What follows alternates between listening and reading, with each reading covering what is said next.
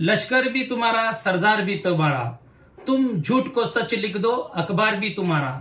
या ओळी आहेत राहत इंदोर यांच्या कवितेतल्या ओळी आहेत आणि या ओळी तंतोतंत दिल्लीचे माजी मुख्यमंत्री अरविंद केजरीवाल यांच्यासाठी ओळी आहेत. सरकारने त्यांच्यावर आरोप टाकला मध्य प्रशासनमध्ये हजारो कोटीचा शेकडो कोटीचा भ्रष्टाचार झाला म्हणून आणि त्या अंतर्गत त्यांना जेल झाली. अनेक महिने जेलमध्ये मनीष सिसोदिया मंत्री दुसरे आहेत ते आणि अरविंद केजरीवाल दोघंही जेलमध्ये होते. खरं तर सरकार हे आपलं मनमानी कारभार चालू करत आहे का?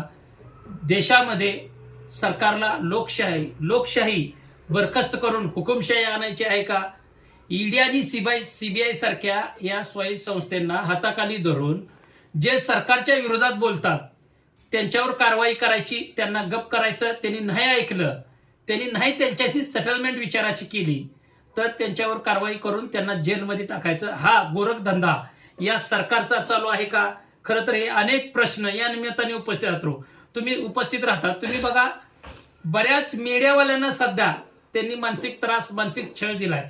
एक मीडियावाल्यांचे अक्षरशः जीव गेलेला आहे. अशा प्रकरणामध्ये अनेक प्रकरणं आहेत. अधिकारी सध्या तसेच मॉड वागतात. या सरकारमध्ये सामील असलेले अधिकारी हुमरी पद्धतीने वागतात, दमदाटी धमकी देण्या पद्धतीने अधिकारी काही जण वागतात. म्हणून कुठंतरी भारत हा लोकशाही देश जो सगळ्या जगाला माहित आहे तिथं हुकुमशाही पद्धतीनं या सत्यानं वागतात त्यांना हुकुमशाही पद्धतीनं वागवलं जातंय. त्याचं उत्तम उदाहरणांमध्ये अरविंद केजरीवाल यांची नुकतीच कोर्टाने सुटका केलेली आहे. त्यांची निर्दोष मुक्तता या सगळ्या आरोपातून मुक्त केलेलं आहे. मग त्यांना जेल का झाली? जवळजवळ ते 160 पेक्षा जास्त दिवस जेलमध्ये का होते?